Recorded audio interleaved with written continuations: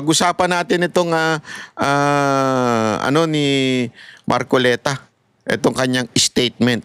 Ito kanyang ano patungkol ho dito sa announcement. Kababayan, pasensya na po kayo at ako po ay medyo na-late kasi yung mga kausap ko po kanina ay kailangan naman may ayos muna yung kanila.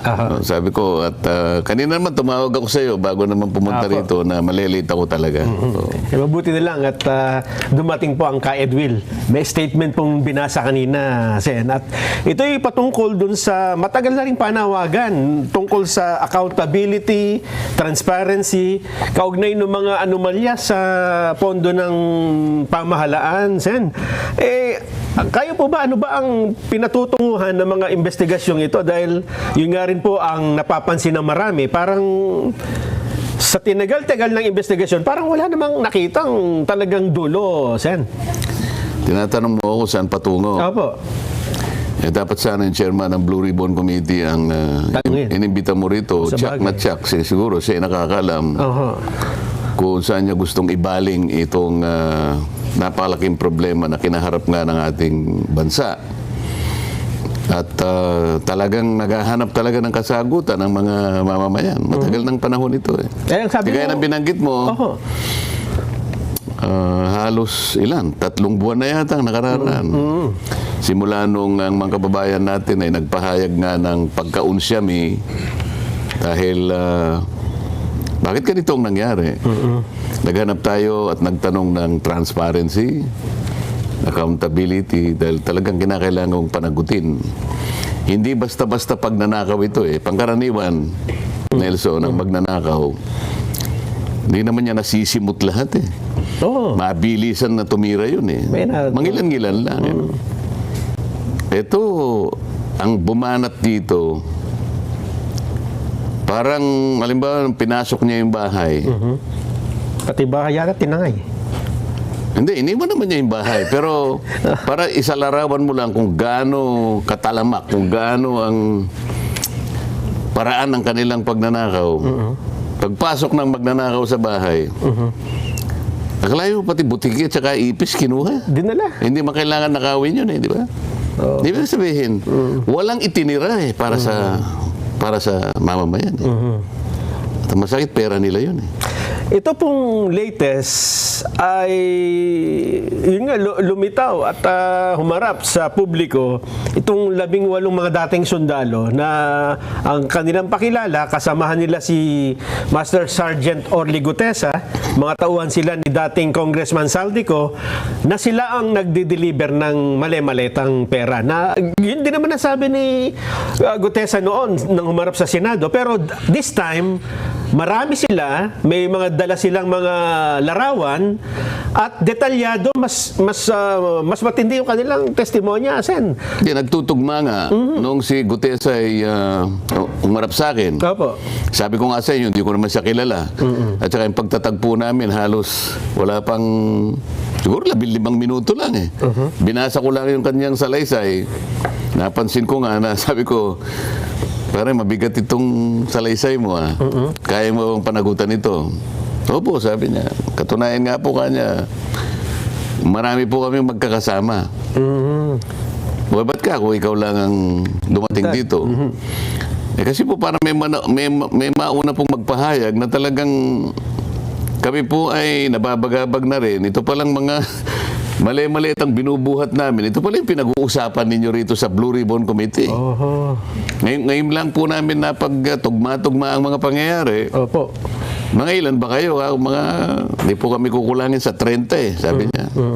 Naglilingkod kaming lahat kay Congressman Saldico. Yun ang una niyang sinabi sa akin. So dahil nagmamadali naman ako, dahil kinabukasan, ay magkakaroon nga ng pagdinig. O sige ka, kung preparado ka, edi pumunta ka sa akin. At i-introduce kita bilang isa sa mga testigo.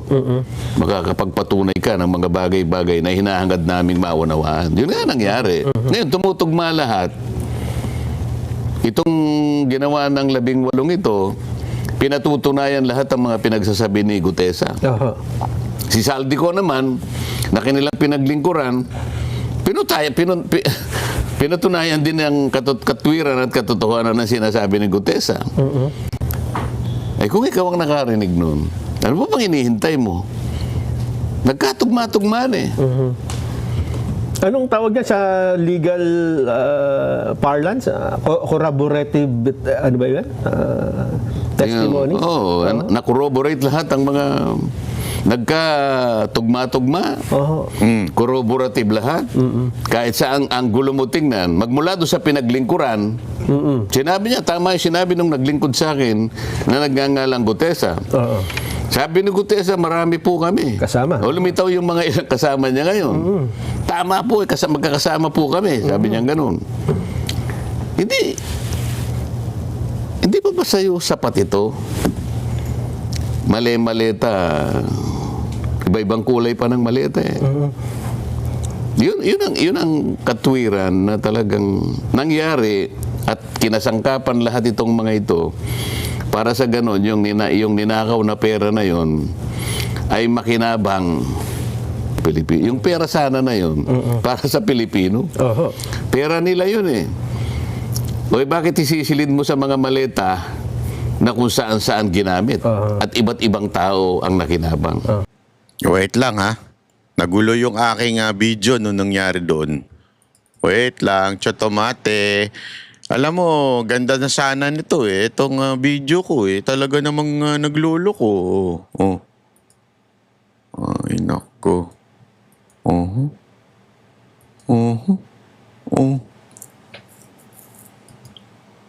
Ayun. Ay, anyari dun. Wait ha. Nawala yun ha.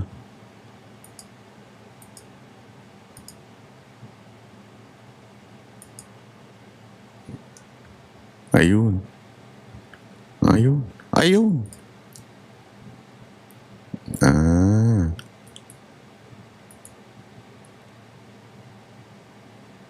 Tuloy. Hindi yun ang layunin yata. Opo. At patatandaan nyo, Sen, bago pa lumabas si Gutesa, sinabi na rin ni Henry Alcantara na nagdi-deliver sila kay Saldico. Hindi po ba ng mga maleta din? Meron silang unang ganung usapan eh. At bago lumitaw si Gutesa, and then ito nga parang tugma-tugma ang kanilang salaysay. Kaya lang ang problema, para po sa mga, sabihin na natin, sa mismong chairman ng Senate Blue Ribbon Committee, ang kanyang initial reaction kaagad ay paiwas eh. Ang sabi niya parang, ano ba tatawag niya, parang mga disgruntled, yung mga soldiers ito, at kung ano-ano. Hindi yung tinignan niya yung kung ano sinasabi, kundi kung sino ang mga ito, Sen. O kung ikaw lang, nahalata mo na eh. Kasi kung bilang isang chairman ng Blue Ribbon, alam naman niya yung katungkulan, alam niya yung pinaka-function ng Blue Ribbon. Ito ay talagang umuusig sa mga katiwalian eh. Opo. Yung unang bahagi ng tuntunin ng Blue Ribbon Committee ay tinatawag yung ini-indicate yung malfeasance, nonfeasance, misfeasance. So lahat ng bahagi ng panunungkulan nakipinalooban ng lahat ng pagkakamali. Kaya nakalimutan mo, kaya sinadya mo, kaya hindi mo sinadya, pero ang epekto, nagkamali, nagkaroon ng aggrieved party. Sakop mo lahat yun eh. Opo. Kailangan mong tuntunin, kinakailangan mong siyasatin, kinakailangan mong imbestigahan. Yun ang mandato eh. Yun ang mandato. At sa pag-iimbestiga mo na yun, kalakip yung tinatawag na in aid of legislation. Gamitin mo yung mga bahagi ng nakita mo sa iyong pag-iimbestiga para makapaghabi ka ng panukalang batas na maaari mong maisulong. Hindi lamang para mapanagot mo yung nangyari, kung hindi para wag nang maulit ang mga ito. Dapat, yun ang nasa pinakaunang priority mo. Opo. Ngayon, kung maraming nagbo-volunteer na mga tao mula sa umpisa, ito napansin naman ninyo eh. Bakit Bakit ang nangyayari, hindi mo tuntunin yung mga bakas ng mga tao, sundan mo lang eh. Isa naman ang nagsabi, I would like to emphasize one thing. Yan. Sabi niya, I will go wherever the evidence will lead me. O pwede, napakaganda nun. Napakarami ng batas eh. Napakarami ng bakas. Napakarami ng iniwang mga pwede mong tuntunin. O bakit na imbes na tuntunin mo, sasabi mo, teka muna, bakit February 24, parang yata kanya may halong politika. Ba't itinaon? Mga ganun, yung timing. Ako naman ang mag-iisip. Palagay ko, kaya nila siguro ginamit ang... Ito naman, sarili ko lang. Kaya nila siguro ginamit yung 24 kasi alam nila, yung araw na yon ay pagsisimula ng isang people power revolt. Gusto nilang bigyan ng dramatization. Ano naman masama ron? Makakapamili ka ba ng araw kung saan mo gustong sabihin o isiwalat ang nalalaman mo? Yun. Namili lang siya ng araw na yon. Ako kahit na anong araw pa yon, ang importante, tama ba yung dapat ba nating suyurin, dapat ba nating sundan ang mga isiniwalat nila? Yun ang importante ron. Immaterial yung petsa. Yeah. Di ba? Opo. Ano kayang, pagkatapos sasabihin pa niya na siguro destabilization. Mas importante siguro ang imbestigahan mo kung destabilization plot, di ba? Yung kanilang affidavit, medyo makapal. Ang ginawa ni Attorney Levy Baligod, isinabmit ito sa ombudsman, hindi ako nagkakamali, kahapon eh. At ang sabi niya, ito ay hindi complaint. Parang in-repair lang niya yung affidavit, bahala na ang ombudsman kung ano ang gagawin niya rito. Tama naman yun eh. Sa mandato ng ombudsman, Nelson, sa mga kababayan nating nakikinig, kahit na kwentong kutsero lang yun eh, kapag may nilalaman na sumbong yun, pwede niyang pagbasihan yun eh. Sinasabi ko nga palagi, kahit napanaginipan mo lang, at sinabi mo sa ombudsman, pwede niyang bigyan ng panahon yun. Ito pa kaya? Hintayin mo ngayon. Anong gagawin? Dito mo Alam mo, pinaliwanag ito nung ni Attorney Baligod na... Pero ito, aking interpretasyon na kung bakit sa ombudsman. Una, it's a due process that they have to follow.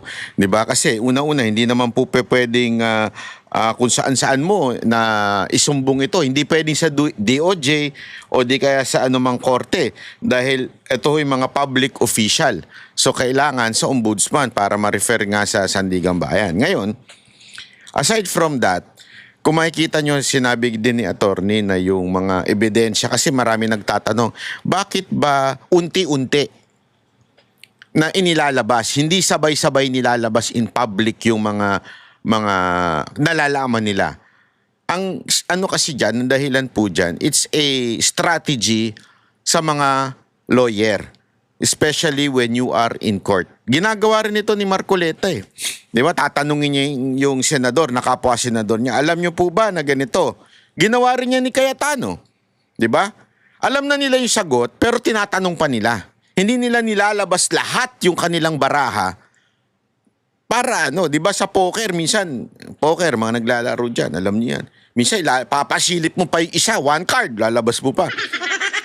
O para, yun eh, para yung hakbang ng kalaban mo, magdidepende dun sa una mong nilabas. Ngayon, kung nagsisinungaling siya, trap siya. Pag sinabi niyang, hindi ko kilala yung mga yan, meron palang enough evidence, etong si attorney, na meron silang picture nung mga kusino man yung nagsabing hindi kilala. Yari yon ngayon. Diba?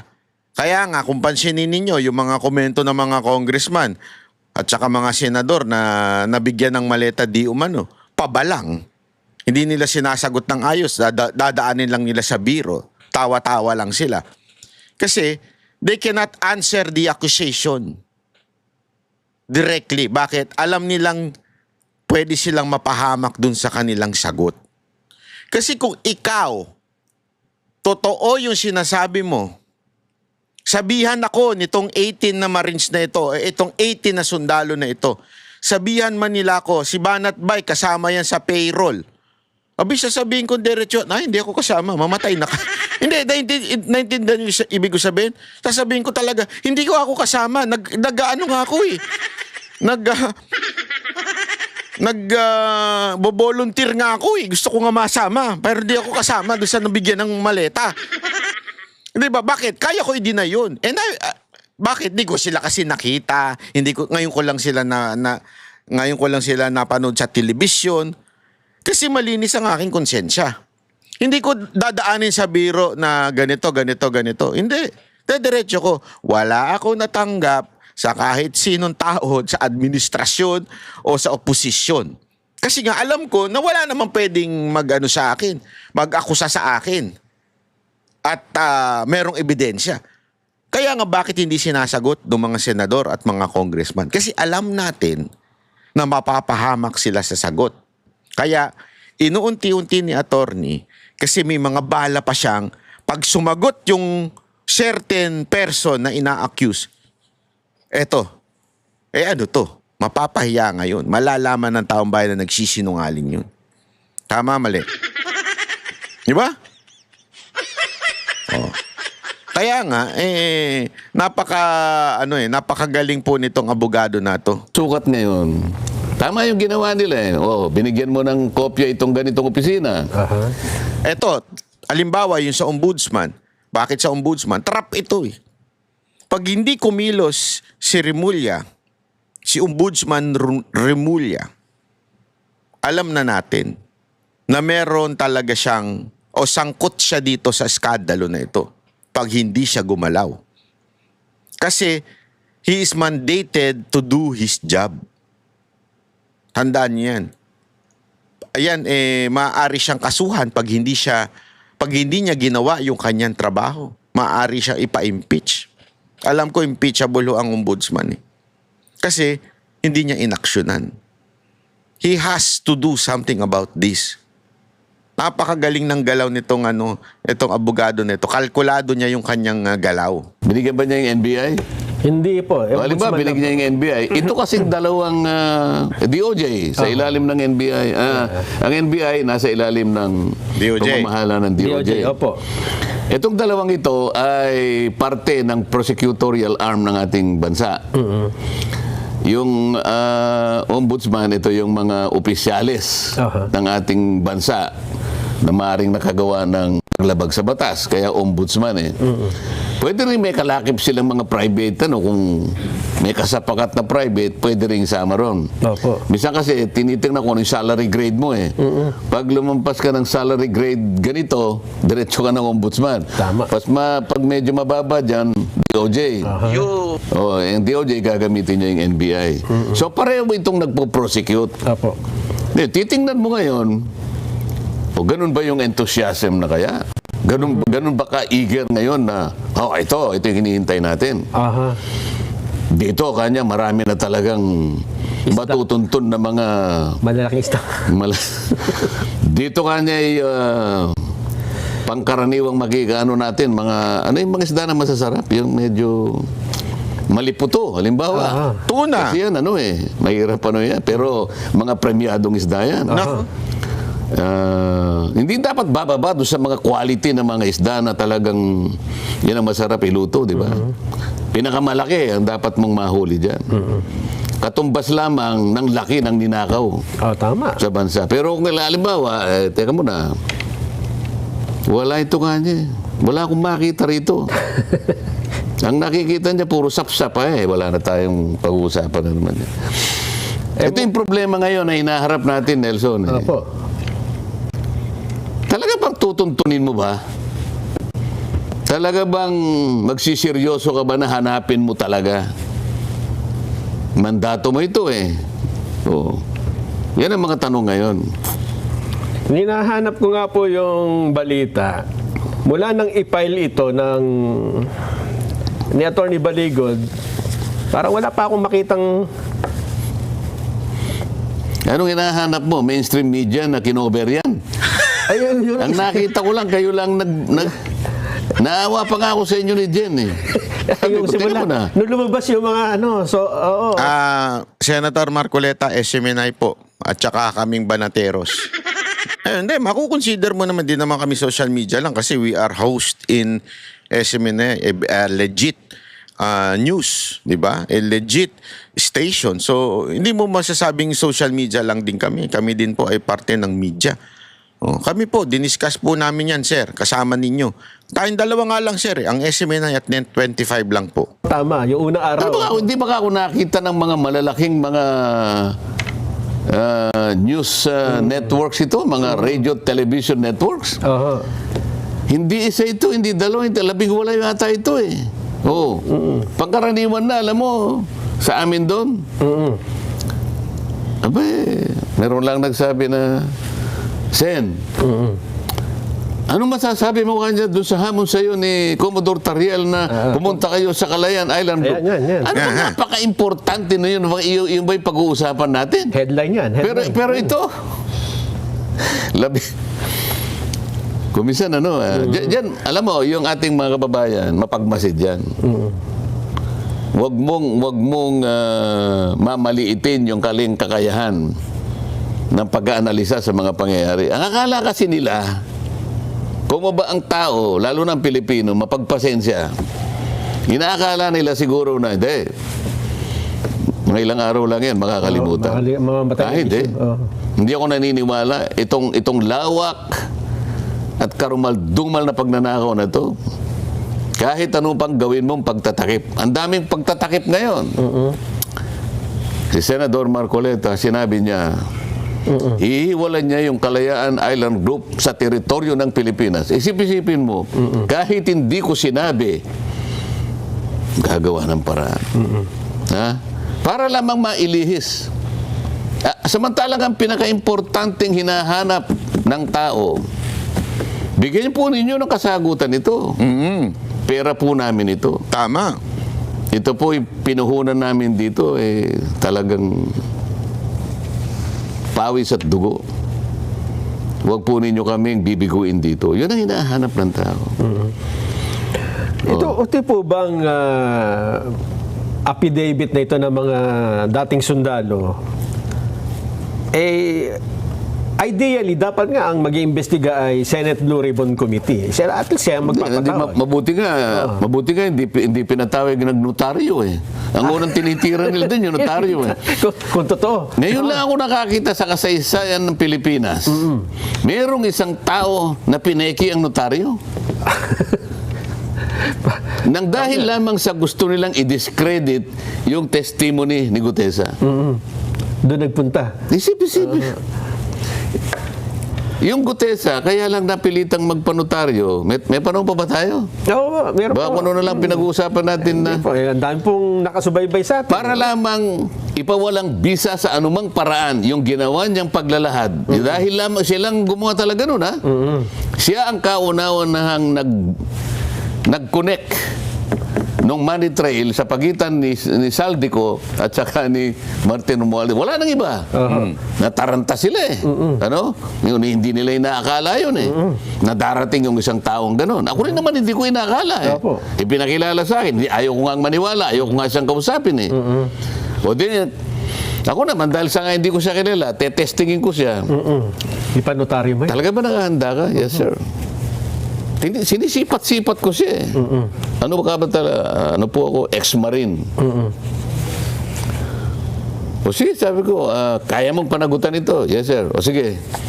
Aalis na ako kasi may session kami. Pangkumpiyansa lang ba sa akin? Panotaryo mo yan. Sa akin, wala yun eh. Tinetesting ko yung tao eh. May panahon pa, sabi ko, mag-alas 3 pa lang. Ang daming nagnunotaryo rito. Iniwan ko na siya. Pagbalik na sa akin kinabukasan, nakanotaryo talaga. Yung bang taong yun, meron pa ba siyang panahon para mag-imbento ng yung seal na ganon? Yung lamang stampad na, di ba may stampad, pag ginanon mo doon sa, nandun yung notarial details nung tapos i-inventohin pa niya yung number ng page number, doc number, series of 2020. At saka ano ang mapapala niya kung Anong mapapala mo pa ikaw? Samantalang mura na naman ang dami nagnonotaryo. Ang daming nagnonotaryo. Hindi ba naiisip ng mga tao? Common sense. Oh, pagkatapos kumasangkapan sila, kung mo pangkaraniwa, hindi ko po nilalahat sa mga nagnonotaryo, mga abogadong nakikinig ngayon. Pero ang karamihan po ng mga nagnonotaryo sa ating bansa ngayon, hindi po talagang yung abogadong pumipirma. Meron po siyang ginagamit na mga lang staff. Apo. Hindi isa, hindi dalawa, maaaring mas marami po siguro sa 5. Depende sa lawak ng kanyang gustong area na magnotaryo. Isa lamang yun, siguro sa opisina sa Pasay, ang nakita ni Gutesa, yun ang pinirma. Yung available, opo. Ngayon, napuntahan kagad yung nagnotaryong babae. Nakaisip kagad ng idea eh. Ang idea, hindi naman talaga umaharap ang mga abogado. Correct. So yun, Hindi ko pirma yan, sabi Ayun. ng abogada. Hindi nga niya pirma yun. Oo. Hindi niya pirma yun. kasi ganun talaga sila magnotaryo.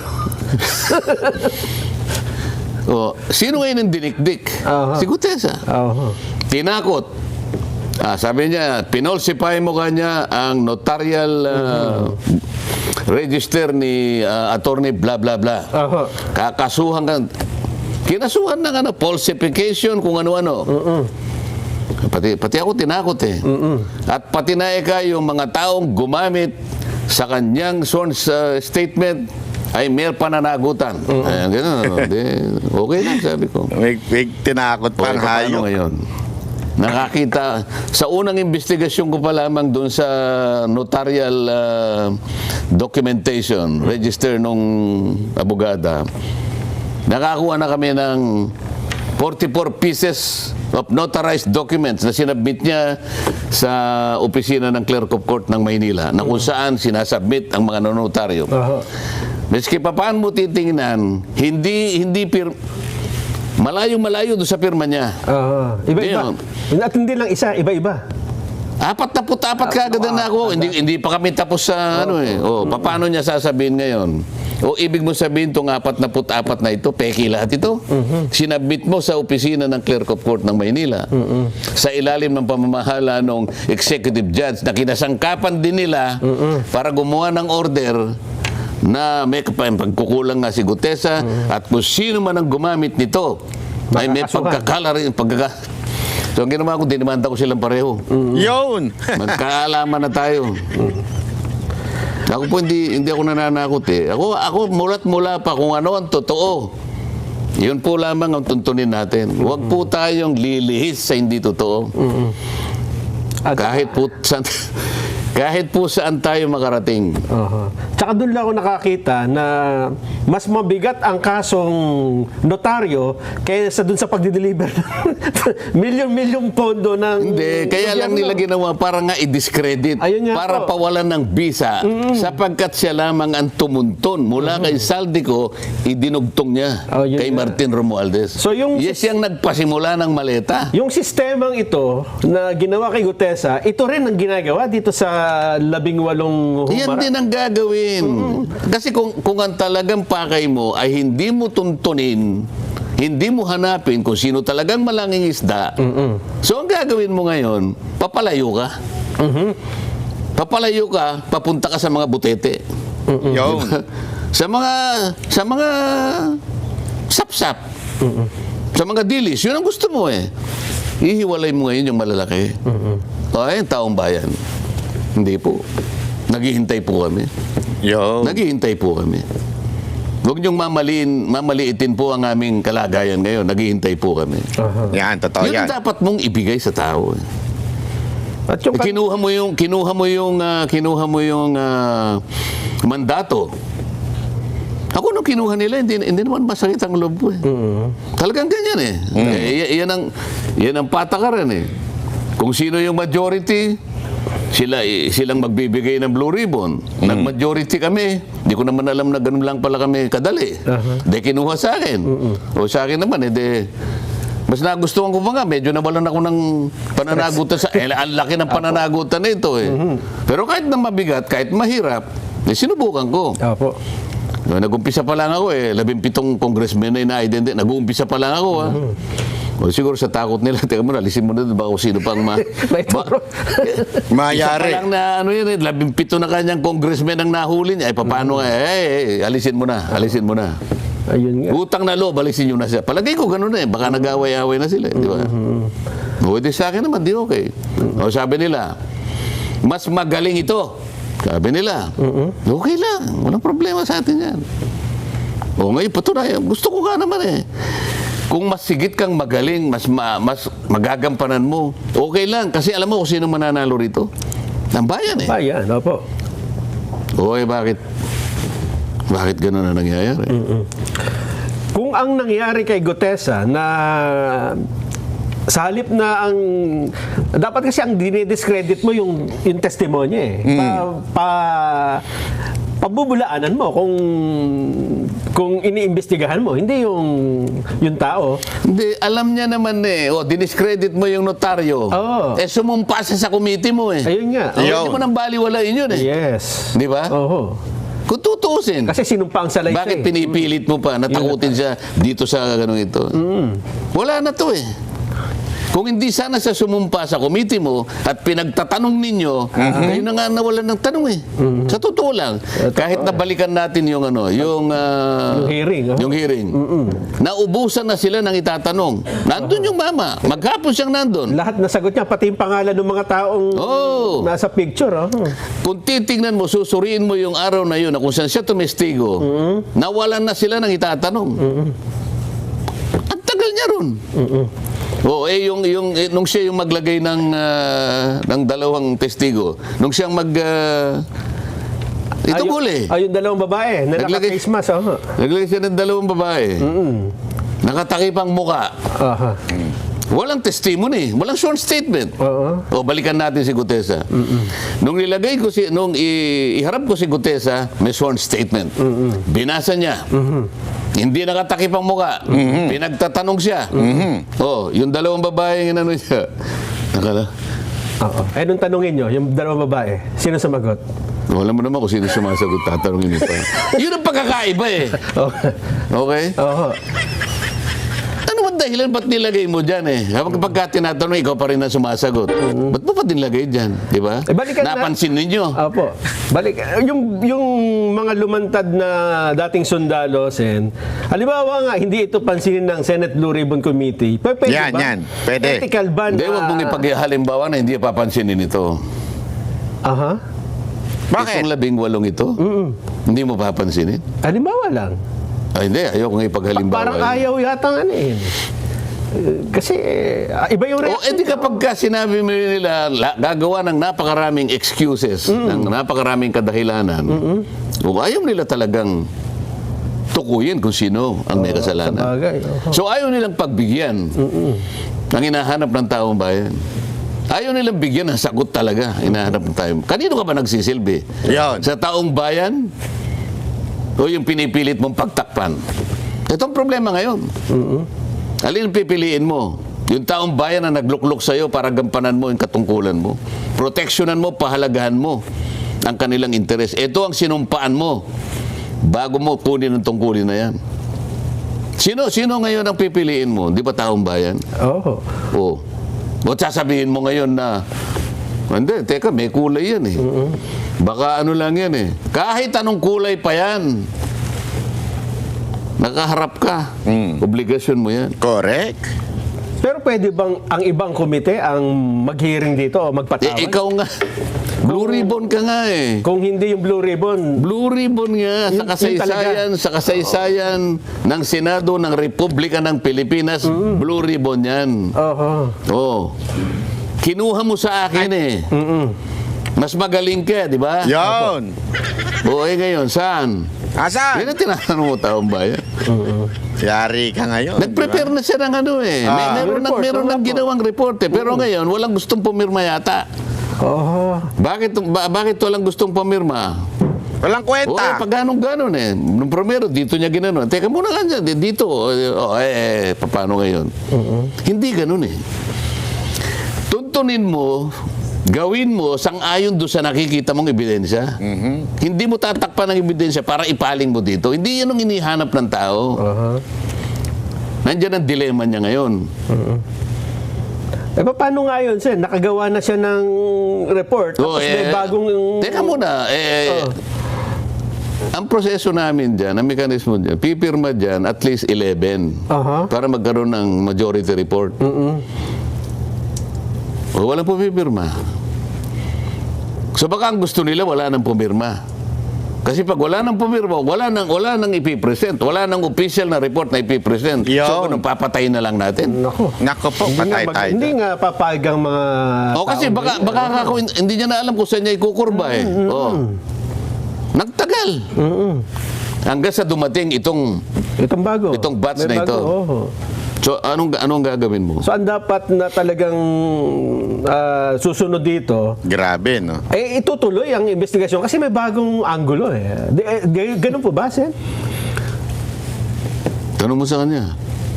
Sa bagay, hindi nga pala kayo ang chairman. Ano? Ako palagi tinatanong mo, dapat ba't ba hindi mo inimbita rito? Sa susunod na linggo, baka... Di ba? Opo. So, dapat pala ganon. Kasi ang alam ko, parang, yung bang resolusyon na Senador Amy... Kahit hindi natin pag-usapan dito kung ano yung dapat gawin eh. Sinabi ko na sa iyo kanina, ang taong bayan naghihintay. Yun. Pera nila ito eh. Tama. Buwis nila ito eh. Tama. Pinaghirapan ito, pinagbuwisan ng napakaraming sakripisyo sa kanilang buhay. Nung ang chairman nag-text nga sa ng napakarami. Sen Dante, sabi niya, pwede kaming makiusap sa iyo. Sa nakikita naming nangyari sa kinahinatnan ng aming pinagsama-samang buwis at pagsisikap sa ilalim ng kahirapan namin. Ganyan lang pala ang nangyari. Pwede bang ipakiusap mo rin na wag muna kaming magbayad ng buwis sa 2026? Sabi nila September ito eh. September to October 2025, iyon ang pakiusap nila sa akin. Tinanong ko nga yung biyaya na nandyan eh. Nandyan yung Lumabig. Lumabig ba yun? Lumagi. Lumagi. Commissioner Lumagi. Yung nauna po yan. Sabi ko, Secretary Bunoan. Secretary Pangandaman. Bigyan niyo ako ng sagot dito. Anong isasagot ko sa mga tawag ito? Walang nakasagot kahit isa. Sabi nung Yusek Cabral, buhay pa. Yusek Cabral, Your Honor, tama po yung kanilang tinetext sa inyo. Hindi naman kita hinihingan ng opinion kung tama sila o hindi. Sabi ko siya, tulungan nyo kung ano yung sasagot ko sa kanila. Wala. Yaris. Pero ako nang gumawa ng sagot. Sabi ko, ako po ay makikiusap sa inyo. Alam ko po ang damdamin ninyo. Pero kung hindi po kayo magbabayad ng buwis dahil nga po sa nangyari sa... Eto na, hanggang dito na lang po muna tayo. Tutuloy natin yan bukas ng umaga. Kaya mga kababayan, marami pa pong revelasyon. Dito si Senator Marcoleta. May mga pasabog siya. Basta importante ngayon, mga kababayan, bantayan natin. Tulad na sinabi ng INC, wag nating kalimutan. Dapat, akala siguro, INC, tama, sinabi rin ni Marcoleta, na wag nating kalimutan, wag nating bitawan tong issue na to. Napakaraming diversion silang ibibigay at sasabihin at gagawin. Di ba? Siguradong marami pa pong lalabas na mga katotohanan. Abang-abang lang po tayo. Okay po, maraming salamat po. Ako po si Banat Bay. Magkita-kita po ulit tayo bukas ng alas 7 ng umaga. Kami ang boses ng masa, hindi natatakot. Katotohanan lang, di kami nalulunod. Walang bahid ng sismis, lahat ay totoo. Kahit sino ka pa, pag mali ka babanatan ka. Walang pinipili kulay, wala kaming kinikilingan. Basta para sa bayan, kami lalaban. Pagdama palakpakan, pag mali banatan, di matitinag, di bayan, tuloy ang sigaw. Sa harap ng kamera, walang halong takot. Mga baluktot, lahat kayo'y tutumba. Ang hustisya at totoo, yun lang ang mahalaga. Kahit sinong harang, di kami matitinag. Walang Pilipino